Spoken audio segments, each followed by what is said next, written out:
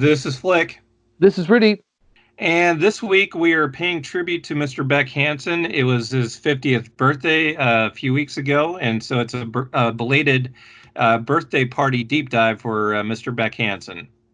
Yeah, Beck is turning 50. I believe we are going to turn up in a cold-ass fashion this evening, and I believe we're going to bring you the deep cuts you need to get deep with Mr. Beck. It's a very, very rewarding thing to find your way through the Beck catalog, and it's our job to take you there. And I think we do. I think we're going to do a pretty good job this week. Yeah, and that's coming up on episode 43 of the Left of the Dial podcast right after this. Yeah, right. This one you may well know, you may not know it, and if you don't know it, I really don't know where you've been. You forgot? Forgot the magnetism of Robin Zander or the charisma of Rick Nielsen? That's kid stuff. It's just come up to 5:35 a.m. Kommen Sie bitte und listen to Kraftwerk. I don't know, man. I kind of like Van Halen. Well, yeah, Plum, you do. And you know why you do? Because corporate America is shoving something down your throat and making you believe it because that's what they want you to believe. I mean... Okay, buddy. I was just trying to cheer us up, so go ahead. Put on some old sad bastard music, see if I care. That was Big Yellow Taxi by Joni Mitchell, a song in which Joni complains that they paved Paradise to put up a parking lot. A measure which actually would have alleviated traffic congestion on the outskirts of Paradise, something which Joni singularly fails to point out, perhaps because it doesn't quite fit in with her blinkered view of the world. Nevertheless, nice song. How about the tunes? I want you to want me. The Dream Police. Da-na-na-na-na-na-na. Your mama's alright. Your daddy's alright. I get by because the people who make a special effort to shop here, mostly young men, who spend all their time looking for deleted Smith singles and original, not re-released underline, Frank Zappa albums. Gang. Yes. I mean, look, you can play an E pentatonic scale at 100 miles an hour till somebody's ears burn off. You can learn that, right? But finding the tangents within the framework, therein lies the artistry, man. God made your ears. You didn't make them. You gonna argue with God's ears? If it sound good and it feel good, then it's musical. So play it like I say play it. From the top. That was Sweating Lunatic Iggy Pop, part of our Tuesday night punk pack, which is climaxing at midnight with Madness. This is Norfolk Nights with Alan Partridge, and we're in the middle of Super Talk. Super Talk! All right, we're here with episode 43 of the Left of the Dial podcast. We are going to do a birthday celebration this month. We've done them before, but I think last week we were both reminded that I think one of the reasons we became music buddies was a mutual admiration of Beck, and he turned 50 this month, and I think that's a good enough reason to go deep and do another birthday homage by going deep for Mr. Beck Hansen. Yeah, and that's right. So he turned 50 on July 8th. And so we definitely should celebrate because, it was one of those things we bonded over. It was back when Odelay had come out, and it was something we were both really vibing on at the time. Yeah, one of these days we're going to do a trailer episode to sort of explain how we ended up in each other's orbit. But just in the context of Beck, I mean, we were working at the same radio station together. And I don't know if I overheard you listening to Odelay in the music booth or you overheard me, but I do remember it was one of the things that we found a ready excuse to talk about. So here we are. That has to be at least, that's like 25 years ago. So Beck is 50. Half of his life ago, we were able to start talking music because of Beck. I think we owe him a show today. That's right. We do. And Nick, we're going to let the new music go for a week here because there were some good new releases. I think we need to spend some more time with them. Unfortunately, while we're celebrating the life of Mr. Hansen, I think we have at least one loss to the business that we would find noteworthy given our tastes. Yeah. So I want to mention Emmett Rhodes, who passed away this over the weekend this past week. Emmett Rhodes died at age 70. Um, he was a singer-songwriter, but in the pop vein. If you're not familiar with him, I would say like a good way to think of the type of singer-songwriter he was kind of that Harry Nilsson type. There, I think that's kind of a good way to understand what he the type of stuff that he did. And he was from Hawthorne, California, which is also, of course, where Brian Wilson and the Beach Boys were from. Had really kind of a short career. Well, I guess that depends on how you look at things. He put out albums from 1967 to 1973. Then he kind of went away from the music biz, but then had a comeback in 2016 on an album called Rainbow Ends, where he worked with Amy Mann, Jason Faulkner, and Roger Manning Jr. from Jellyfish, which will bring us back to Beck because there are connections here, and as well as John Bryan, Richard Thompson, Susanna Hoffs.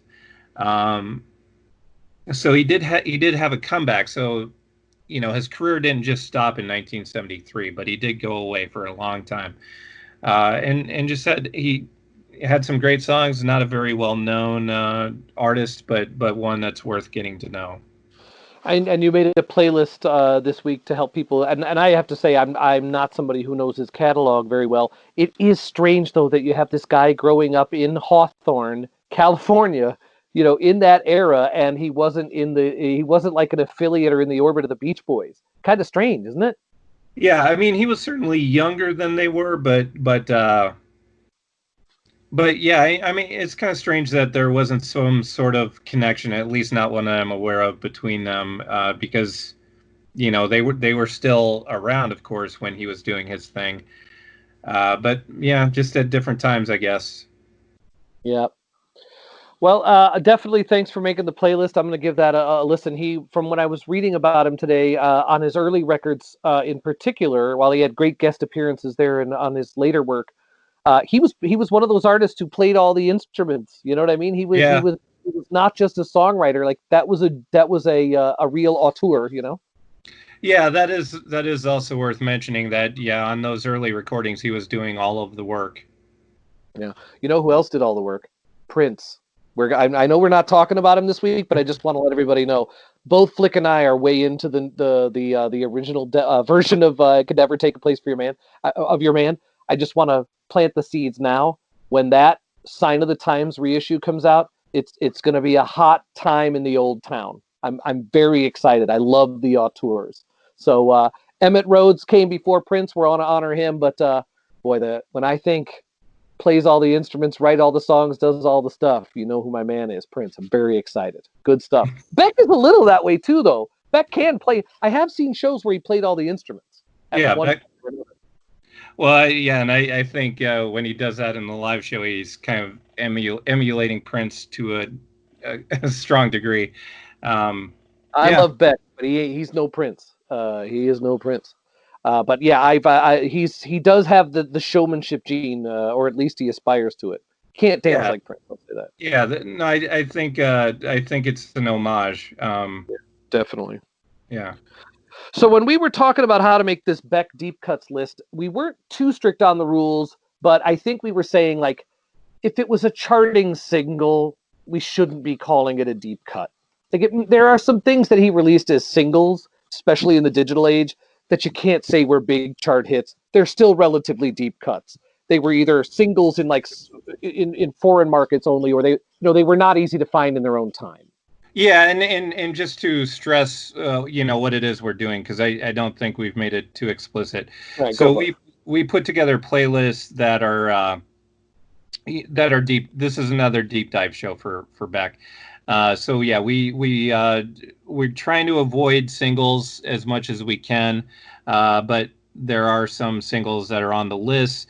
But yeah, if something's a well-known single, charted single, it's something we try to avoid. We're going for album cuts, and we definitely have some B-sides and rarities here. Compilation stuff. And while I didn't include that new Beck single, "No Distraction," it is pretty good. But we'll talk about that some other time. All right, I'm feeling very generous this evening. I am more than happy to defer, sir, and allow you to go first. Okay, we'll talk. Okay, so my list will start with a single. But it was a single that didn't chart anywhere for reasons beyond me, because I think it's absolutely one of his best tracks ever. Probably, I mean, I think definitely a top 5 Beck track of all time, and that's "Chemtrails" from Modern Guilt. Modern Guilt, Beck collaborated with Danger Mouse. I really like the work of Danger Mouse, and I think this was a good tandem here. Um, I'm not sure where Beck ends and Danger Mouse begins on this collaboration, but it's beautiful. It's just a haunting, musically it's just haunting and eerie, um, hypnotic. It's just and the lyrics are great, the vocals are great, but yeah, it's just such a perfect sounding song, and I however it's rated, it's underrated because it's definitely one of the best things he ever has done, and everybody should know it, but I don't think everybody does. It's interesting because the B side of the 7-inch of that is a song called "Vampire Voltage Number 6," which is one of his great B sides, and I would use similar language to describe it. It's not on Spotify, and it wasn't on my list originally, but I think you'd have to say the Chemtrails 7-inch has to be in contention for certainly in his top 5 all time 7-inches. My first cut I wanted to talk about also comes from that same album. Like I also from Modern Guilt, I went with a very different direction, but I have loved Profanity Prayers. Um, it's one of my all-time Beck favorites, and I think it's not generally thought of as one of his favorites. It has I don't Beck is capable of doing the polyrhythm stuff pretty well for a white boy.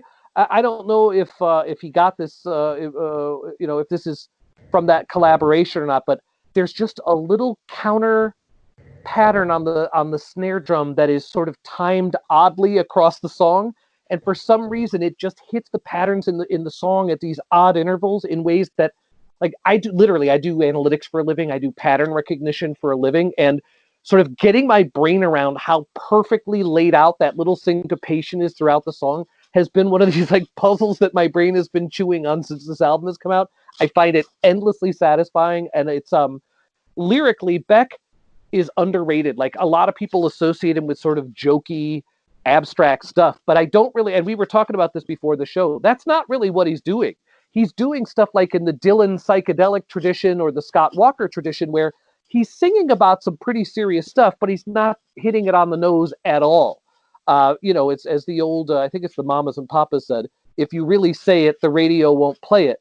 And I think this song, too, is one of his attempts to sort of talk about, around that time, there was a lot of discussion about international terrorism and stuff. And, he would never come out and write a song explicitly about it, although I think this is as close as he got. And I think his read on the war on terror, or the way in which we assign certain religions bad motives and others pure ones, I think it was a little ahead of his time, and certainly in his catalog, I think it's very interesting and lyrically very interesting. So maybe there's something here. Maybe we need to go back and talk someday, or figure out what it is. Maybe Modern Guilt is underrated overall because we both went for it first.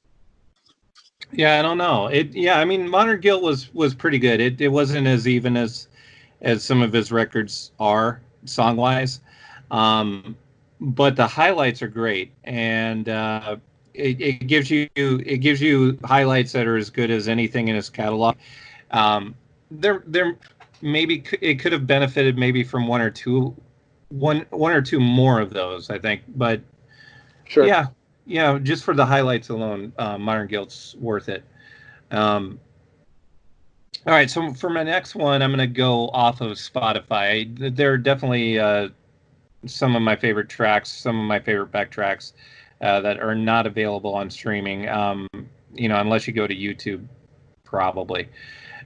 So my next one is a B-side that was on the Cold Brain single, which is Halo of Gold, which is a cover of Alexander Skip Spence from the album Ore. And it's a cover, but it's really perfectly fit, perfectly tailored to Beck. And I don't know, it's actually kind of reined in a little bit from the Skip Spence version of it. The Skip Spence version is like really out there, and of course Beck can go out there just as far, but in this case, he kind of reined it in a little bit, and I think it kind of benefits from his treatment of it. It grounds it a little bit, and it just I think it's a perfect combo. Yeah, I'm gonna nominate Beck as a covers master, and I think that is a proof. I can't remember what the A side of that single is, but I think one of the other B sides. Right. Yeah, that's right. Yeah, and then one of the B sides is instrumental. I think that's also great. But I'm gonna go with you here, and I'm also gonna pick a Skip Spence cover by Beck that's not on Spotify. So for about 15 minutes, Beck was going to do. He was going to use the internet to like give away whole sessions. I can't remember what the name of it was, but he did the entire Skip Spence Ore album end to end with a band that had like Feist in it. I think somebody from Wilco was in the band too. And it was called I think it was the Record Club, the Beck Record Club or something like that. The version of Gray Afro, you can find it on YouTube. Gray/Afro from that session, I go back to all the time. It's like 7 minutes, but it's just a black and white footage of the band playing in the studio, and man, does he nail it! I like that Skip Spence album a lot. I mean, as much as you can.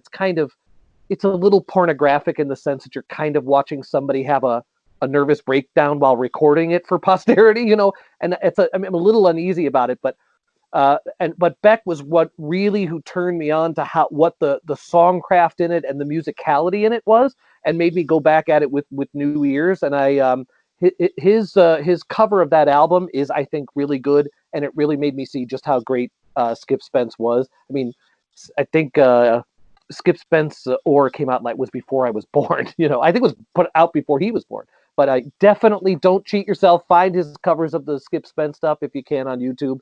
The one Flick mentioned, and then the whole album on YouTube. Just find it. You can't go wrong. Gray Afro being a great place to start, but Halo of Gold's great too. Yeah, and yeah, the Beck's Record Club goes back to 2009, and he did the full albums of Ore by Skip Spence, Velvet Underground and Nico, songs of Leonard Cohen. In Excess's Kick, and Yanni's Yanni live at the Acropolis. I can't say the Yanni is the highlight of the package, and I understand giving In Excess Kick a reassessment may make sense, because like that was a huge album that wasn't totally foul. Like In Excess was a legit band at one point, but I'm gonna say I think the Skip Spence Ore is the best of his Record Club stuff. That's just my feeling. Yeah, I agree. That was definitely the standout. I liked the Velvet Underground and Nico one a lot. Those were really the two that I was a big fan of off of that. You're up. All right. Well, my let me see. My next one is another album cut from Guero, Scarecrow, which to me that is also one of his top tracks that probably nobody really knows. I would probably rank it in my top 10 even. I don't know.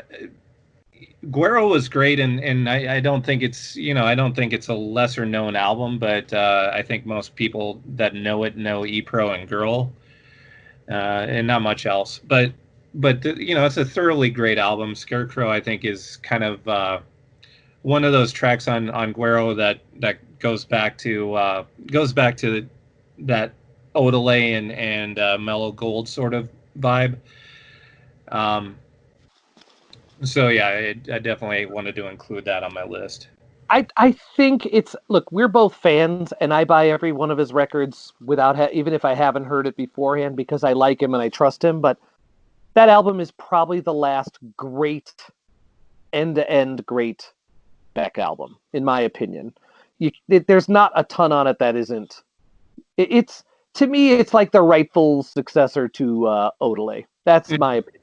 That's my Yeah, because I'd say Scarecrow, harkens back to that era, but it's not just as good as something from it's better than most of the stuff from that era too. And it's a very strong track that I don't think people know. Indeed. I'm going to grab a non-album single that I don't believe charted from 2007, and as far as I know, there was a CDR that was like a promo, and I think there was a 12-inch single. I never saw it in the store. I never saw a place to buy it. And in fact, I'm looking here on Discogs. The B side is just an instrumental, so like calling this even a single, I think, is a stretch. But it's a banger.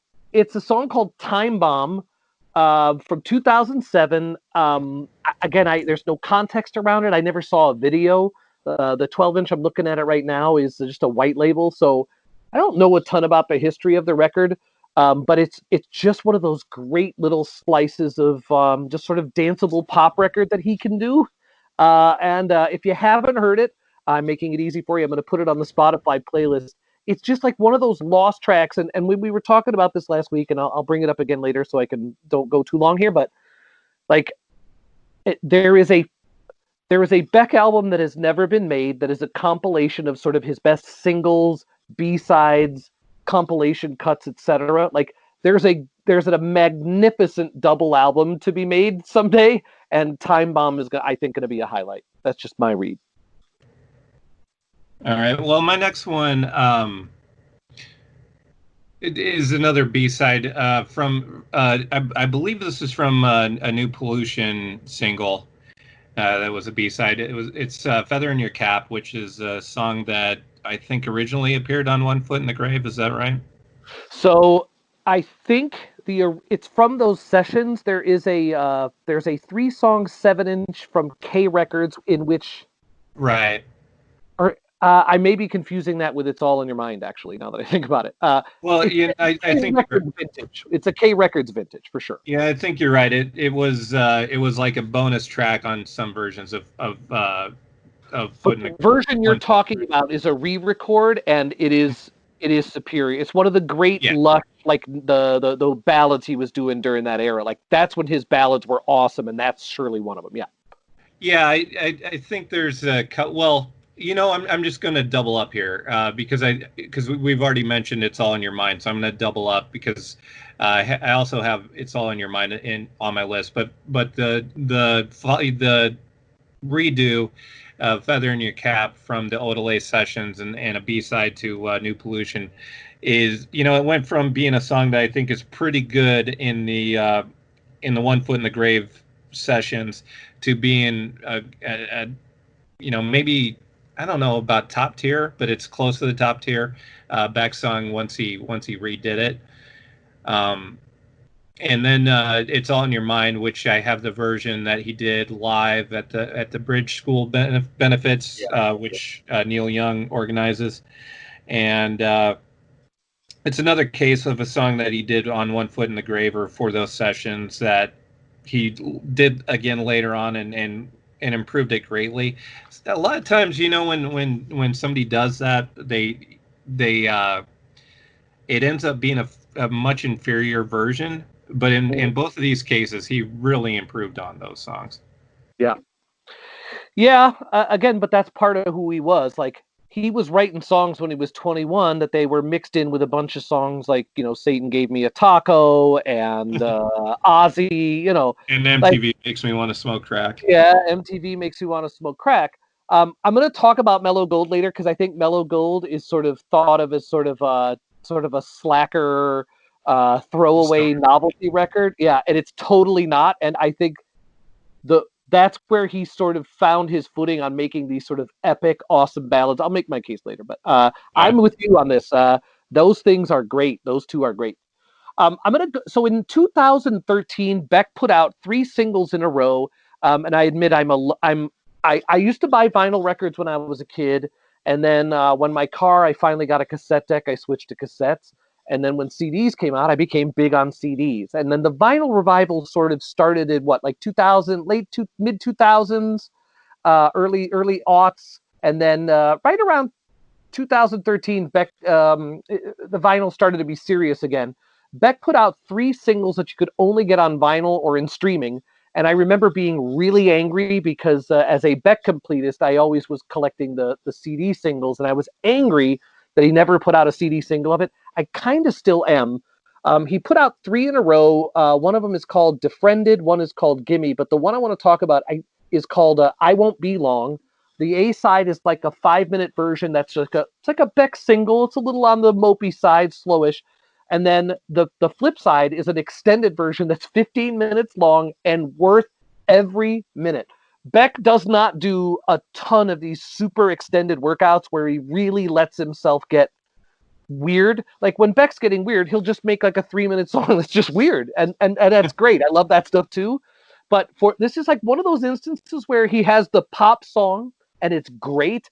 And then it just turns into this other thing that lets him really do I love the extremes of his catalog, and I'm choosing the extended version of I Won't Be Long because it's got that incredible songwriting prowess he's got, but then he really shows that he's not, he wasn't just writing to be in the MTV buzzbin, he has some genuinely out there stuff that's just fucking great, and I Won't Be Long, the extended version's one of them. I had to include it. All right, my next one is from a compilation called Dimension Mix. It was a tribute to Dimension 5 Records, and the track that Beck did on that is called Funky Little Song. So another cover here, and it's one of those that, again, Beck knows how to pick tunes that I think are perfectly suited to him, that if you didn't know it was a cover, you might just think that Beck wrote it. It's a perfect fit, and it's not really a well-known song otherwise, so it would be easy to mistake it for a Beck original. But yeah, I mean, so I don't know, I don't know if I have too many more covers. Well, I guess I kind of do, but yeah, I mean, at some point in this, we'll have to mention some covers that that aren't on the list, as well as the ones that are. All right, well, I'm going to go for one here just to get it out. From the Moulin Rouge soundtrack, his cover of Diamond Dogs. I have to admit, I haven't seen Moulin Rouge. I don't feel bad if I'm about it, really. I watched it once for about 15 minutes, and it actually I felt like it was going to cause dizziness if I kept on watching it, so I had to stop. Well, maybe it's a show idea someday. What movies where are the soundtracks better than the movie? Mm-hmm. From what I understand, we should consider Moulin Rouge to be a contender. The movie's not great, but the soundtrack does have some great stuff. And Beck doing David Bowie, we mentioned like Beck in relationship to Prince. Beck might actually be closer to like the American David Bowie, and I know that for a David Bowie fan, that is going to be absolutely sacrilegious. I understand why. David Bowie is important in a way that Beck is not. Beck is a pioneer of a much smaller strand of music. Like David Bowie is a major fork in the road for music, and Beck is an interesting branch of the tree. You know. I don't know if there is a comp for Beck. I mean, that's really why we're talking about him, isn't it? You know, like Beck is just kind of Beck. Beck is the Yeah. American Beck. Right. And again, his albums do have a certain pattern to them. There are Mellow Gold like albums, there were Odelay like albums. There's I think Mutation, Sea Change, and then the one that was just a couple years ago, that's a different group. Like he's got a lot of different presentations of what he can do. But he's got a little of the Bowie thing in him. And I think Well, he the changes, is that what you're referring to? well, I don't know. Bowie was a chameleon in the best possible sense, Mm-hmm. and Beck is not quite as good at it, obviously, as Bowie was. But Beck is a chameleon. Like he's got different phases that he goes through, and he makes statements of them, and they're interesting, and then he packs it away and does something else. And I don't know. I think it's a natural convergence, and I think he does a respectable job with Diamond Dogs, more than respectable. I think it's maybe not banger level. Maybe we'll just say a jam. Okay, let me see. All right, so for my next one, I'm gonna go back to album tracks here. So my next one is from Mutations. It's Sing It Again. Mutations, to me is just end to end. There isn't anything I don't love on Mutations. So I had a hard time picking one, and really, I didn't pick Sing It Again for any reason like it's a standout. I think it fits in well with the other songs on the album, which are all great. So really, even though Sing It Again is the song I selected for my list, what I'm trying to tell you is if you don't know Mutations, you should, and you should listen to that end to end because there isn't anything bad on it. Yeah, there wasn't really a Mutations tour at the end of Odelay. My first time seeing Beck, I saw him at Jones Beach in New York right after Odelay, and right when Mutations was new. And I think it was just before Mutations came out, and he did do a couple songs and from it, and I was like, "Wow, that's a very different direction, and whatever is coming is going to be awesome." And it was. That's a great record, and I actually think.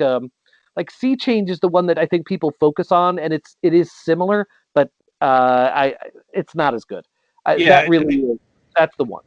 yeah, I would say if we're going to compare those two albums, Mutations is the hand down winner as an album. Um, Lost Cause is one of his absolute best tracks, but if you take Lost Cause away from it, either way, Mutations is a better album. Lost Cause is a better track than it's Lost Cause would be the best track on either album, but Mutations definitely the hands down winner as an album. Yeah, I'm gonna cheat here. Go ahead. And Nobody's Fault But My Own, I would say, would give Lost Cause a run for its money. Yeah, he definitely performed that at that show I saw at Jones Beach, and we couldn't stop talking about it in the car driving back. Like, wow, I can't wait for that to come out because it really made a big impression. All right, I'm going to cheat here and say if you can find the Japanese pressing of Sea Change, there's an extra track called Ship in the Bottle, which is not on Spotify. Definitely dig that up. All right, looking at... Go ahead. So since you mentioned that, because that's on my list, so I didn't. Oh, damn! Sorry, I didn't see it. Well, not on your thing. That's okay. We'll just hash this out now. So I thought you were going to say that's on your list, no. And then but honorable mention it because it's great. Yeah, no, it should be more than an honorable mention. It's on my list. It's not available on Spotify, so it's not on my Spotify list. But Ship in the Bottle, which, is the Japanese-only import bonus track, better than most of the songs, in my opinion, that made it on the Sea Change. Yeah, I agree with you 100%. Yeah, and I don't know why it didn't make it, but it should have. And it probably streams on YouTube, but it isn't streaming elsewhere. So look it up. it's a total sidebar, and I've been pretty good about not sidebarring, but I must tell you, Mr. Flick, I don't know if you've ever been record shopping in Japan. I have only done it once. Well, I've never But been to Japan, so okay, well, there you go. When I was young, I thought my holy grail for record shopping will be when I moved to New York. And when I moved to New York, I did get some great record shopping in. Like when I lived at St. Mark's and A in the late 90s, there was a 24-hour record store.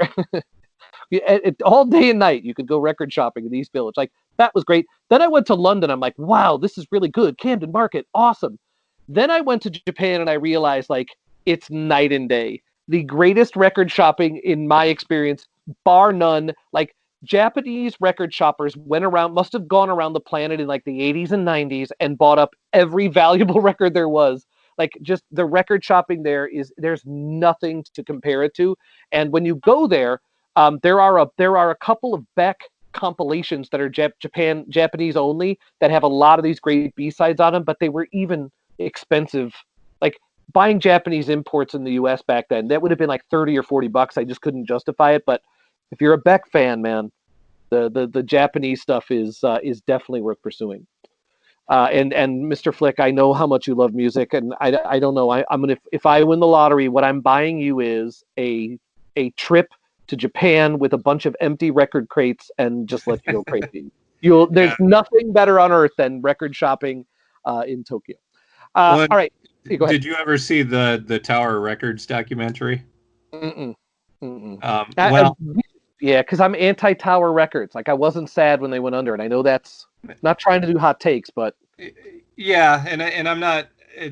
I'm not all that pro Tower Records, but it was kind of interesting how that story went, where it just like Tower Records completely died, but Japan had their own Tower Records, and like the person that started Tower Records wasn't really aware that they were that they were even, I think, using the name or something, but Tower Records was like this big thing in Japan long after all of the other Tower Records closed. Yeah, in New York there was a time where there were the 3 Tower Record stores right next to each other, like classical and jazz, and then the outlet, and then the main store in the East Village. But Other Records was across the street and was better than all 3 of them combined. And I highly recommend, if you can find the Other Records documentary that's been put out in the last year or two, do that. The loss of Other Records as a record store in New York hurts me even now. Bleecker Bob's, all the good ones are gone. It's very sad. Though there have been some great new ones, especially great vinyl stuff out in Brooklyn. I'm not complaining. New York is still great for record shopping. All right, I'm going to go off Spotify too. It's not an album. I think it's an EP. I've never actually held it in my hand. I've never actually seen this in a store. I bought a sampler that had one song from this EP. The EP came out in 1994, and it's called A Western Harvest Field by Moonlight. And the song that I had on some sampler from that record label was called Lampshade, which is, 94, that's still when he was kind of jokey a little bit, I guess. Like there was still a little like novelty patina to what he was doing, but none of that stuff was novelty records in my opinion. And Lampshade is among, in my opinion, it's in the Beck Songwriting Hall of Fame is Lampshade, especially if you like the early sort of anti-folk stuff. It's fantastic. And I kept one of my, I'm going to keep seeing Bob Dylan until I see him do Hard Rain's Gonna Fall in person. And I used to have a thing of, I'm going to keep seeing Beck until I see him do Lampshade. I did get to see Beck in all 4 time zones. I'm pretty proud of. And I finally got to see him do Lampshade. And it was everything I hoped, and I love it. And I hope you love it too. It's a little hard to find, but dang it. Look it up. Lampshade on Western Harvest Field by Moonlight. All right. My next one is, so we've talked about Odelay, but other than B-sides, we haven't had actually anything from the album as of yet. Odelay is still my favorite one. It's a masterpiece. It's really his first masterpiece, in my opinion. And anyway, Lord Only Knows is the track that I'm going with here. I can almost go with Sissy Neck because that was a single, but I don't believe that probably charted anywhere. But anyway, Lord Only Knows is great. Love the slide guitar on it, and the lyrics. So we've talked a bit about the humor. The opening lyrics starting, with "You only have one finger left," and it's pointing at the door, uh, brings to mind, this, the stuff that we're talking about, where it just like Yeah. that to me is very much like a ballad of a thin man type of lyric, Yeah. Bob Dylan type of lyric from that era. Yeah. Um, Little Scott Walker there too. yeah, Scott Walker and so yeah, just those kind of lyrics that Beck was rocking at that time. Yeah. And is just hilarious. I mean, Beck these days is still funny. Yeah. Not funny quite like that though. Look, every time I cough, I end up saying I'm coughing like a one-man dust bowl, and that I'm a Freedom Rock slimeball talking in code. And anyway, Beck lyrics come to me at the worst possible times. Anyway, I'll let that go. I'm going to talk Odelay a second too, and I'm not sure I'm ready to go so far as to say Odelay is better than Paul's Boutique, but it might be.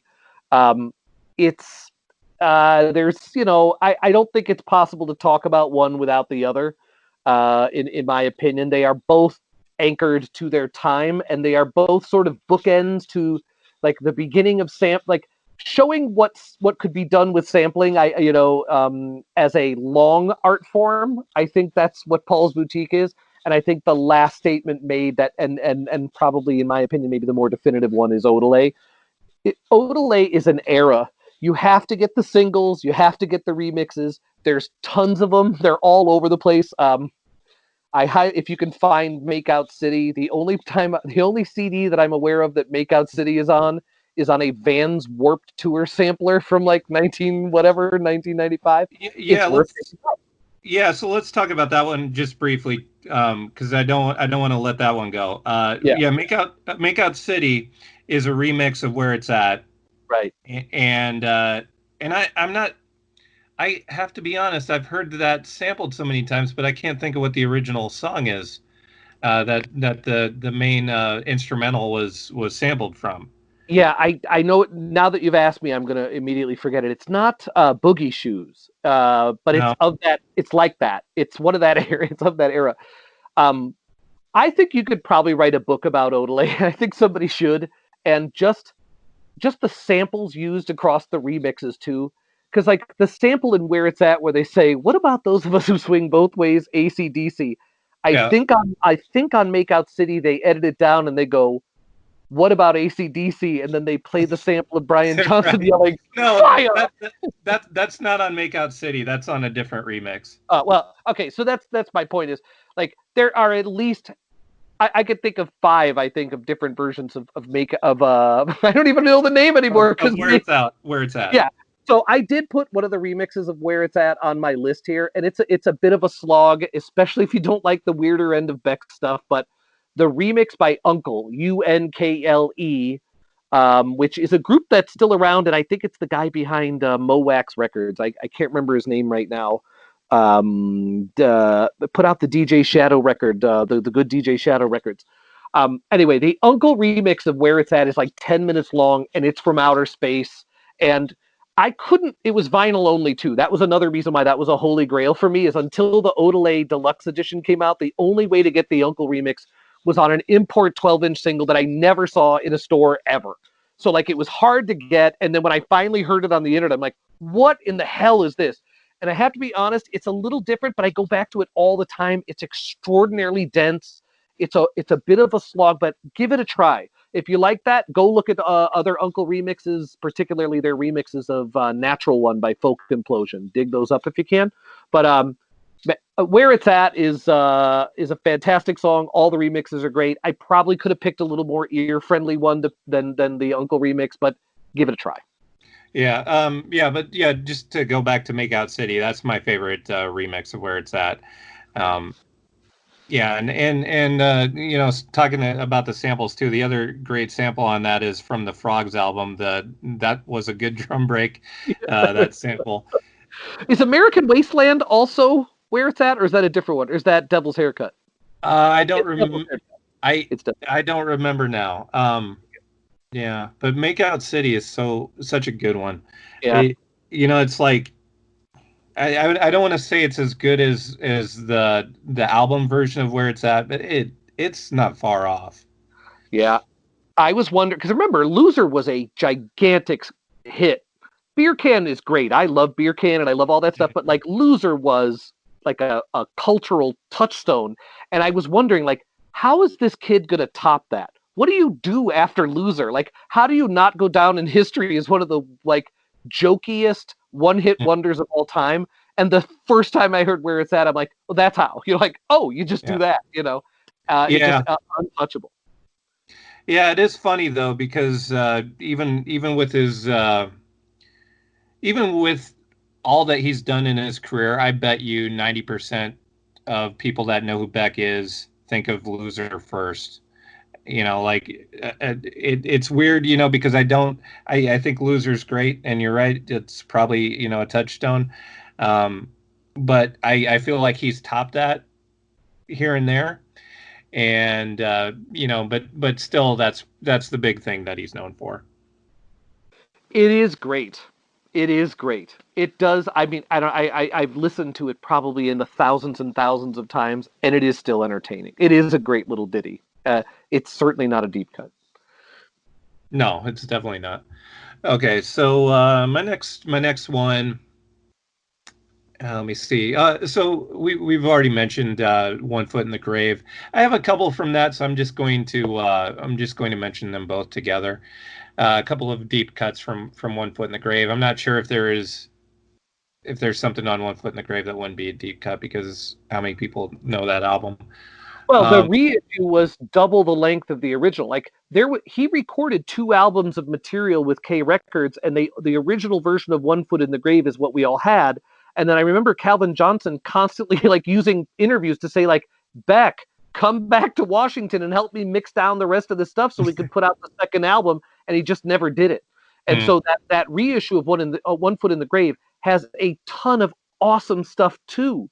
That yeah, you gotta get the reissue that's got all the stuff on it. But go ahead. I'm sorry. I love that album, and it's yeah. my brother-in-law, who's much younger than I am. It's one of the things we share, and I'm very excited that when you meet somebody who wants to marry your sister and they like One Foot in the Grave, you're going to get along just fine. Yeah, so both of the tracks that I have are not deluxe reissued tracks. They're actually from One Foot in the Grave proper. Cyanide Breath Mint and Painted Eyelids are my two favorite tracks off of that album. Yeah. And yeah, I mean it's kind of again it's that thing that we were talking about in the early days where the lyrics are very um, iconoclastic and hilarious, and yeah, and I don't know, this was definitely Beck's calling card in the early days, but he doesn't, again, he's not funny in this way anymore. He's funny, he's still funny though, but Well, look, I'll throw a hollow log on my playlist. That whole album is just, especially the Deluxe edition. You can't go wrong. If you like, it's hard. It's hard to credibly call Beck a blues man. He's not, but in that sort of ersatz, warmed over blues style that he does, he's pretty great at it. It's pretty great. yeah, I mean, Go ahead. Go ahead. yeah, in that folky vein, but yeah, he definitely had his own slant on things, and even though we compare it to Dylan and Scott Walker, it was definitely him. He was an individual, Yeah, but you got to admit, the first time you heard 30th Century Man by Scott Walker, you're like, oh, I get it. I got it. right? Yeah, but yeah, I mean, Beck had his own slant on it, though. Yeah, he did. If he nicked a little from Scott Walker, it was all homage, and he didn't need it. I'll follow you up here because it's a song you and I both like, and I've spent so much money tracking this stupid record down. I think I have the original single, the Jabberjaw single, or maybe it was on the album. I can't remember, but I remember at the time trying to find a Beck song called "In a Cold Ass Fashion," And it was just one of those. I was a Beck completist, and I never saw Golden Feelings. I did end up getting the Beck and Bean stuff. I didn't get any of the like the first presser loser stuff, but I always was trying to track down in the cold ass fashion. And it's of all the Beck rarities that I've tracked down in my life, I don't know if any of them brought me more joy than my first listen to in a cold ass fashion. It sounds a little like Beer Can. It's like it easily could have gone on Mellow Gold. I wish it was on Mellow Gold because of all the sort of jokey faux rap stuff he did back then. Man, some of the drop-ins and some of the bars are just they're just out of control. I think even today, like I'm still staring at the radio, staying up all night when in a cold ass fashion is playing. Yeah, and to me, if you're going to talk about the Beck, specifically Beck rapping songs, this is one of the absolute best. And it was a Jabberjaw single and also on a CD compilation, a Jabberjaw compilation that, there have been, I think I have 3 of those now because over the years, like it wasn't, I don't know. Over the years, it would show up in like used bins, and I'd see it maybe for $3 or $4, and I'd be like, yeah, because this is to me this is one of my favorite tracks. So this is one that's on both of our lists, and it's definitely I don't know how easy or difficult. Probably just like everything else, you can find it on YouTube. Yeah, I'm sure. But in 1994, even if it was on the internet, I wouldn't have been able to find it. Mm-hmm. Yeah, and it was one of those things where I think I had it when it was just out, brand new, and then over the course of the years, if I would see it in a used bin, I'd pick it up. But yeah, I think that is absolutely Beck's funniest song. Of all of the humor tracks, there isn't one funnier than In a Cold Ass Fashion, as far as I'm concerned. Yeah, it's a little on the vulgar side for him. There are a couple of not family-friendly references. The language is not necessarily vulgar, but the content is, and but you absolutely can't take it seriously on any level. And then the mayonnaise comes, right? Smeared in sauce. Cold. That shit was cold.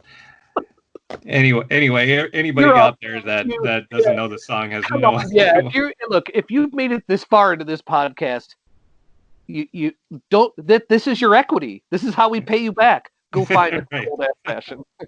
Yeah. Someday we'll all be on the same page. That's right. All you. Oh, that's right. Because that track was both of us. I took one for the team there. Yeah, that's right. Okay. All right. This I don't think is on your list, so I'm going to mention it. It's another B-side from the Odelay era, and I think it might be another New Pollution B-side. New Pollution had many different import singles. Every European country, I think, had its own New Pollution B-sides. Yep. And I did my best to collect them all. Thunder Peal is the song. It was a song that. So this is another song that he redid from it. Was on Stereopathetic Soul Manure, and I honestly the first version might be better. Like both versions, I think are really strong, and I don't have too much of a preference for either one in this case.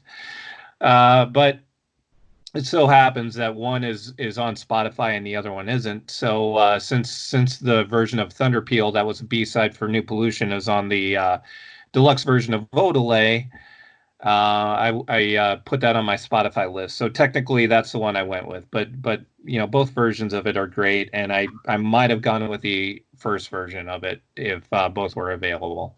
All right. Well, I'm going to go hyper nerd here. There is a track shared by Mutations and Odelay as an album extra, and it is Electronic Music and the Summer People. The first version was, I think, a New Pollution B-side as well, and that version's great. I enjoy it. It's got like a minute-long electronic noise coda, which most people turn off. That's the stuff I like, so I usually keep that stuff going. However, he re-recorded it, and I believe there were 2 extra songs on the Japanese pressing of Mutations, both of which are incredible. One of which is Arabian Nights, which I remember reading an article from him at the time saying that's a preview of what Midnight Vultures was going to be like, and he was right. That's what Midnight Vultures was like, only I think it's better than anything on Midnight Vultures. And then he did another version of Electronic Music in the Summer People as an album, a Japan-only bonus track, I think, from Mutations, and that version is also stellar. So I'm gonna follow yours up with saying, like, yeah, I have a New Pollution B-side too, but the wrinkle, even though the version for Mutations is not on Spotify, you definitely got to look up the Mutations version of Electronic Music in the Summer People. The one that's on the Odelay Deluxe Edition is pretty good too, and I'll put that up. All right, and I'm gonna adjust my nerd glasses and point out that it's actually electric and not electronic music. Oh, yes. I will send a finger post overnight mail to you in shame. All right, so let me see. You know, I'm gonna. I probably should have just doubled up on this one too when I talked about Guero earlier. So I have another album track from that, "Go It Alone," which I like. It's like Mutations. So the Beck albums that I think are just end to end great. Guero is one, Mutations is one. Odelay. All 3 of those. I don't know if I'm leaving anything out, but most of the albums are known for their highlights more than just being end to end great, and the highlights are what matters in the end. But Guero has a lot of deep cuts on it, and again, if you're somebody that just knows maybe E-Pro and Girl from that album, or Summer Girl, I think, as it's also known. Tracks like "Go It Alone," get into the deeper cuts on that one, because there are some good ones there. Yeah, I agree. And by the way, I got it wrong. The Mutations Japanese import, it's not Arabian Nights. I think Arabian Nights is on the next album, but Electric Music in the Summer People, Diamond Bullocks, and Runner's Dial Zero. Those are the extras, I think, on the Japanese version. Definitely dig it up. I'm going to go back here, and I'm going to try to you're making a great case. And by the way, if you go to LA, and if you and I believe, would be referred to as Weros. If I'm, I believe K owned a Wero might be something you and I might hear. I'm in total agreement with you on that album. This is a bit of a stretch, I think, for most people, but I'm gonna try to make a case that Mellow Gold is actually like half great. Mm-hmm. Yeah, Loser's great. That's my assessment. Beer Can's great, yeah. And the there's like the Loser EP has like 4 or 5 B-sides. Some of them are good too. Yeah. Yeah, the Mellow Gold version of MTV makes me want to smoke crack, and what else? The title Fume is an interesting track. Yeah, and Corvette Bummer. Yeah, there's some decent stuff, but I'm gonna grab 2 here from Mellow Gold. I'm gonna put them on here. They're both these. Again, I love Beck's ballads, and they aren't all serious. Some of them are, and I will say by the time I've listened to all of Sea Change, I could use a break. Like there are limits to how many of those songs in a row I can listen to, but I never hit that limit on Mellow Gold, and it has 2 of, I think, his better just solo guitar big ballads, and it's Black Hole. I would say is the one I would Steal My Body Home is great too, but Black Hole, I think, is fantastic. It sounds great. Like, if you were to talk about that Beck aesthetic of him just walking around with a guitar that's been set on fire 50 times, but then restrung and played, like, if you're going to be able to use these sort of found instruments to create something beautiful without like necessarily tuning them or whatever, I don't think you can do much better than Black Hole. I find it like mesmerizing, and I've always thought that the kid who was buying that album to hear Loser and hear the jokes about it, like, there's a couple weirdos out there like me who bought it for Loser and became devoted because they listened all the way through and they got to Black Hole. I love Black Hole, and if all you know from Mellow Gold is Loser, yeah, the album's kind of like that, but there's plenty of other stuff on there that is a little deeper. And I could, there's, like I say, Steal My Body Home is one. I know Truck Driving Neighbors Downstairs is treated sort of like a jokey track, and that's not really either. I mean, it is, but lyrically, it's if you spend enough time with it, he wasn't singing about nothing. I'll put it that way. And in fact, if you want to understand politics in this country, maybe go back and listen to that song a little bit. Well, and you know, I don't know, you know, if we're talking about the same half too, because yeah, I mean, like a song like Nightmare Hippie Girl is a jokey track. Yeah. But I think it's a strong track too. You know, it isn't, the lyrics aren't important by any stretch, but it's damn catchy and creative and one of those tracks that's good for more than just a laugh. Yeah. Again, I'm not going to try to push people too hard that Mellow Gold is an artistic masterpiece. It's not, but it's also not a novelty record. There's some heft to it. Well, and Pay No Mind, I think is a strong track as well. Yeah. Not as strong as, and I'm not putting it in the same category as with Nobody's Fault But My Own, but you know, or something like that. But it's a good track. Indeed. Okay, so yeah, let me see. I wasn't ready to go. Okay, so I'll do one if you want. Yeah, no, I have one. I'm not sure what order to put these in. All right, so I'm going to go ahead and go with True Love Will Find You in the End, which is from the Daniel Johnston tribute album, late great Daniel Johnston. Great song. This is, you know, to be honest, this isn't one of my favorite versions of this song. I probably prefer the Wilco version of it, and it's also, you know, like this, the late great Daniel Johnston, I think, is one of the best tribute albums ever done. And so I don't even know if I put this in the top tier of songs from that album, but it is a song I love.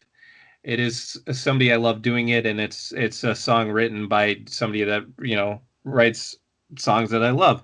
So you know, it checks off all the boxes, and I do love it. So it is a worthy track to put on my album, and and another thing too, just to kind of put a button on the covers discussion. So there are a lot of Beck covers out there that you're definitely not going to find on Spotify, and you know, it's stuff that he just did live. It's not stuff that ever made it into the studio, but worth checking out. Beck did a good version of Big Star's Kangaroo that's worth checking out. Totally. There's a few versions of Chris Bell's I Am the Cosmos that are out there, live versions. One that he did with Wilco. And I don't know. And there's a lot of good covers out there that I saw him at Farm Aid with Willie Nelson, and they did Peach Pickin' Time in Georgia that I think got put out eventually too. Fantastic. Yeah. Mm-hmm. Go. Yeah, there's another Jimmy Rogers cover too that is out Blue Yodel #6. Okay, that wasn't the one I was thinking of. He also did Your Cheatin' Heart on a Hank Williams tribute album that's good. You know, you reminded me of one, and I didn't think it was on Spotify, and I just found it, and maybe it's on your list, and if it is, then we'll just talk about it, because I'm putting it on mine if it isn't. One of the one of his best tribute album performances, and he does a lot of them, is his duet with Emmylou Harris on Sin City from Graham Right. Parsons. Mm-hmm. I Yeah. think that is. I mean, there That's are another. some crappy covers of Sin City. I Yeah. think the Beck Emmylou Harris has got to be up there among the best. Yeah. I don't know that I've heard many. Well, yeah. There probably are some bad ones out there. I don't know that Billy I've heard. Braggs is not good. Billy What's Braggs that? is not good. Billy Bragg Okay. is I don't not think good. I've heard it. And there's a Um, couple of that Graham Parsons. So that was called Return of the Grievous Angel. That's another really strong tribute album all the way around too. How many tribute albums can you say that about? Not many. Right, but yeah, we have two right here in this little brief span that we've discussed. That yeah, I mean the late great Daniel Johnston and Return of the Grievous Angel. Maybe if you happen to see the Beck's on a tribute album, you might want to check it out because he seems to be on the right ones. Yeah. You and I both have a song on our list. It is the same song, at least from a songwriting credits point of view, but it's different recordings of the same song. And we're going back to a theme here, but it's a very important one, and that is the B-sides from Odelay. One of the songs I originally had on my list, I saw on your list, so I decided to let you have it so I could go for a different version. But I think we need to talk about the Jackass single here. I'm sorry. I think we need to talk about Jackass single, but yeah. Jackass is a great song. But I think we both had Strange Invitation on our playlist, and I gave it to you. And it brings up the ballad discussion because it's a great like ballad arrangement of that song. But on my list from the same EP is Burrow, which is the mariachi version. And it's good, right? Like it's a joke a little bit, I guess, but not really. Like Beck grew up in Los Angeles. It's not like he was ironically listening to mariachi music. Like he was listening to mariachi music because that's music that's like omnipresent there. Like he's a cultural sponge, and having him sort of play back the an on the nose mariachi read, maybe not in the modern context the best decision, but it's not a novelty record. It is, I think, reverent. I really do. And maybe that's just me apologizing for him, but I don't think so. I think it's reverent, and I think that EP is great. And it just shows how that one song is so incredibly versatile. Although I must confess, I did go for Strange Invitation first. Yeah, it is a versatile song. Yeah, it does seem that you could overlay Odelay. You could put that over any kind of musical backing, and it's going to work somehow. Yeah, I think that is kind of what that demonstrates. But yeah, and Jackass itself is not like it was a single, but that was the last single put out for Odelay, so it isn't. Although it wasn't unsuccessful. It made it to number 15 on the alternative charts. Jackass did. So yeah. But Strange Invitation is basically, I think, it's what that song sounds like without the Van Morrison sample, which is great, by the way. Yeah, the them sample. Yeah, yeah, the sample, which was sampled from their version of "It's All Over Now, Baby Blue." Yeah, great stuff. Great stuff. So I don't know how many more Odelay B-sides you have on there, but that's the last for me was Burrow. But the fact that how many singles deep did it go? 5 or 6, and they all had some of those singles had multiple versions of the EP, all with different B-sides, and some of them were crap. Not a ton though. Not many. Most of them were A-list stuff, in my opinion. Yeah, the singles off of Odelay were Where It's At, then Devil's Haircut, New Pollution, Sissy Neck, and Jackass. Wow. So, Mr. Flick, have we been keeping track of how many songs deep each of us are? Because I haven't. I have to be honest. I have not. Do we have an exit strategy for the dance of Mr. Hansen? Yeah, I don't know. As good a time as any to ask. At this point, I just want to make sure that I'm not forgetting anything, because at least on sidebars, I think we've covered. I mean, we've certainly covered a great deal. I'm worried that there's going to be something that I'm going to think of later, just like, why didn't we at least discuss this one? But I feel like I think we've done a pretty good job with it. I think it's Yeah, and it's not like we could have talk about Saw Lightning another time. Like right. Yeah. we have given his recent catalog plenty of run here Hmm. on the show. So the fact that we didn't lean in too deep there, I would recommend the song Tarantula from the Roma soundtrack. That's I think 2019. That's interesting stuff. He's got a cover of John Lennon's Love on a tribute album somewhere. That's really interesting. Like Oh, it's good I stuff. I do have another one. I can't believe that I didn't think of this one like instantly because this is one of my favorites, and it didn't occur to me as a deep cut, but it is. It absolutely is. The Everybody's got to learn the cover of Everybody's Got to Learn Sometimes. Yeah. The Corgi song that he Yeah. covered on the Eternal Sunshine of the Spotless Mind soundtrack. I'm glad that we're doing cleanup right now because Yep. if I would have thought of this later, it would have driven me crazy.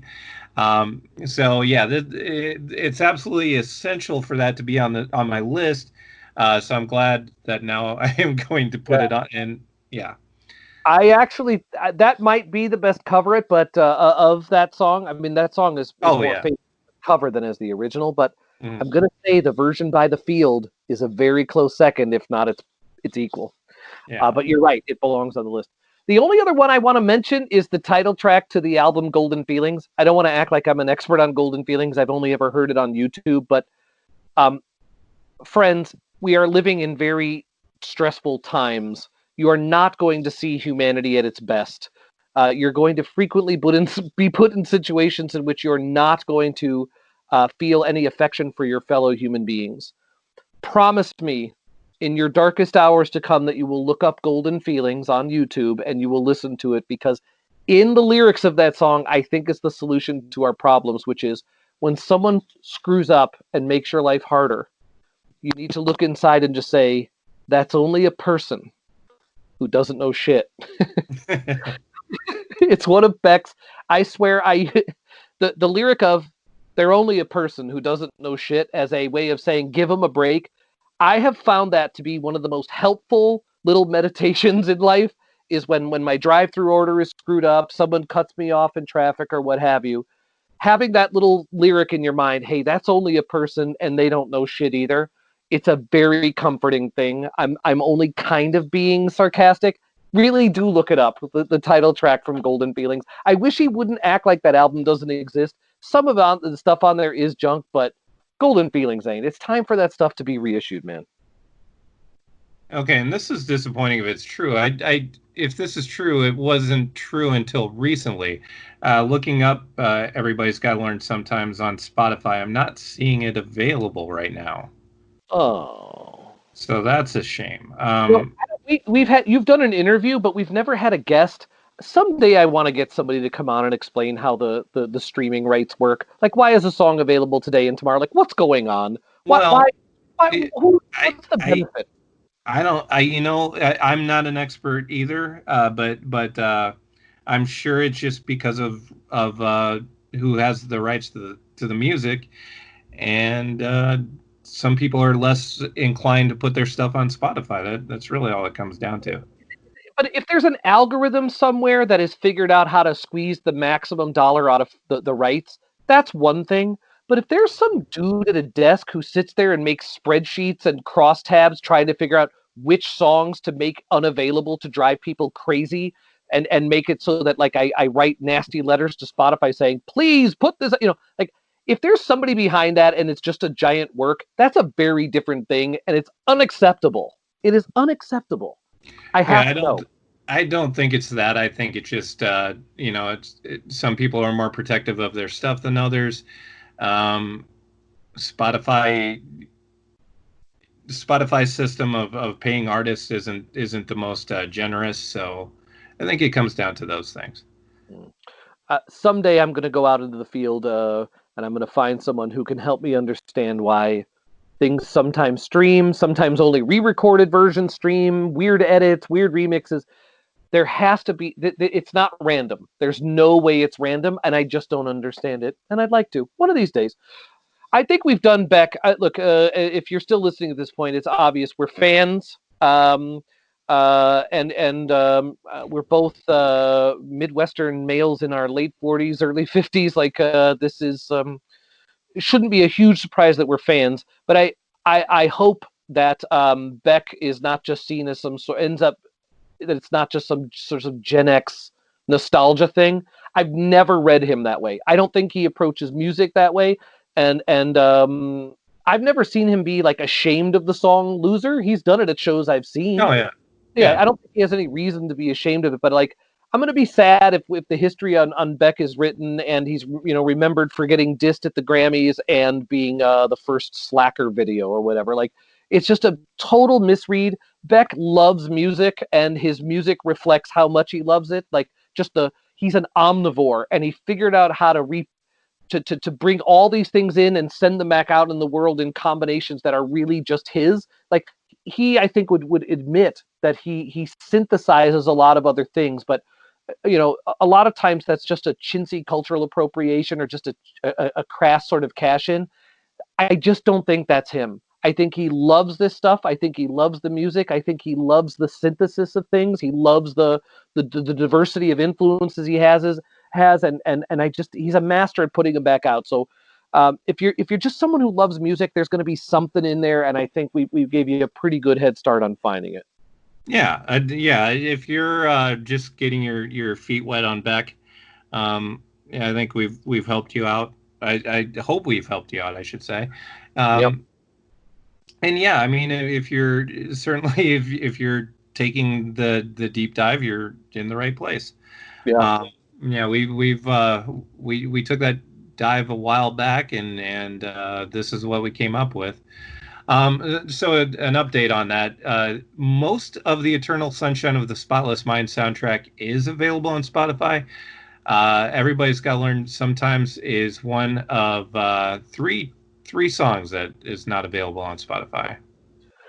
All right, someday. Well, I don't want to leave on a bummer, so I want you to take a victory lap for the name of your Beck playlist this week, Flick. Okay. Well, yeah, I called it my Beck pages. I felt like there needed to be some sort of pun in my Beck playlist name, so that was the one that came to me.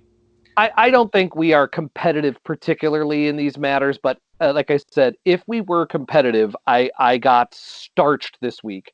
I got absolutely, just ragdolled by your playlist being called My Beck Pages. All I could muster was Dancing Mr. Hanson, and I didn't even think of that myself. So I got a bit of a wah-wah on the title of my playlist, but I think between the two of them, we set you up right. Are we firm on a topic next week, or are we open to an audible? Have we made any decisions?